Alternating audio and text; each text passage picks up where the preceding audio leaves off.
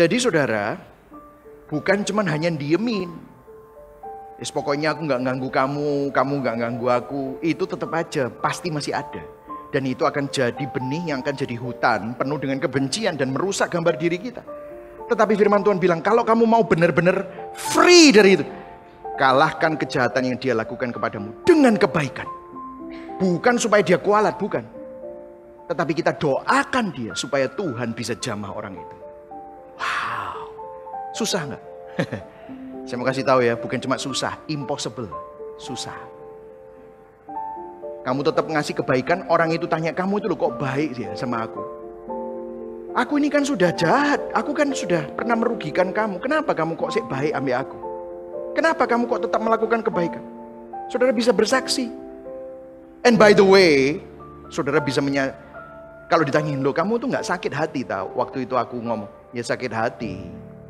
Tapi ini yang aku lakukan, aku tahu juga. Saudara share Injil.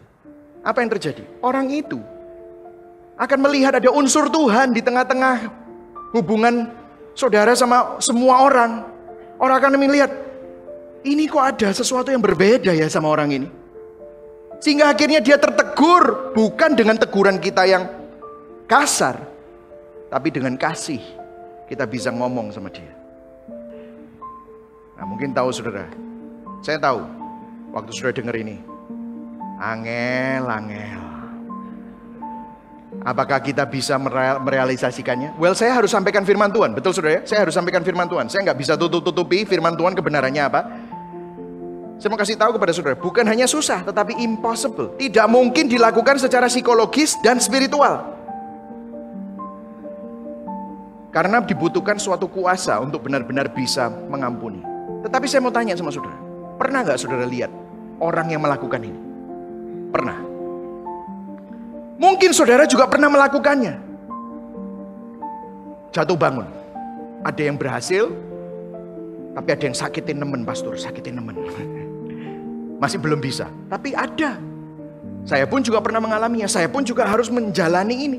Saya pun juga harus mengampuni, dan saya pun juga harus tetap melakukan kebaikan kepada orang yang menyakiti kita. Saudara, hamba Tuhan sebagai pastor itu tidak bisa make everyone happy ya saudara.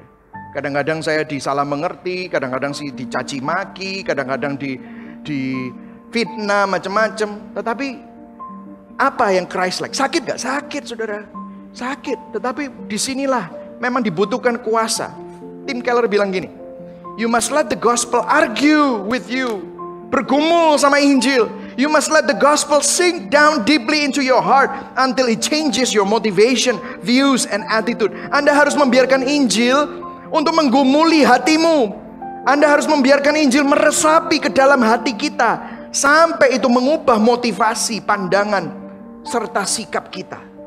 Memang hanya Tuhan, seperti katekismus tadi itu. Mujizat yang terbesar itu bukan waktu kita butuh duit, ada duit, atau kita sakit disembuhkan. Tetapi kalau kita bisa kenal Tuhan, percaya Tuhan, itu mujizat yang terbesar. Makanya membutuhkan kuasa. Tuhan yang bisa mengubah hati kita. Injil yang adalah kekuatan Allah itulah yang bisa mengubah hati kita.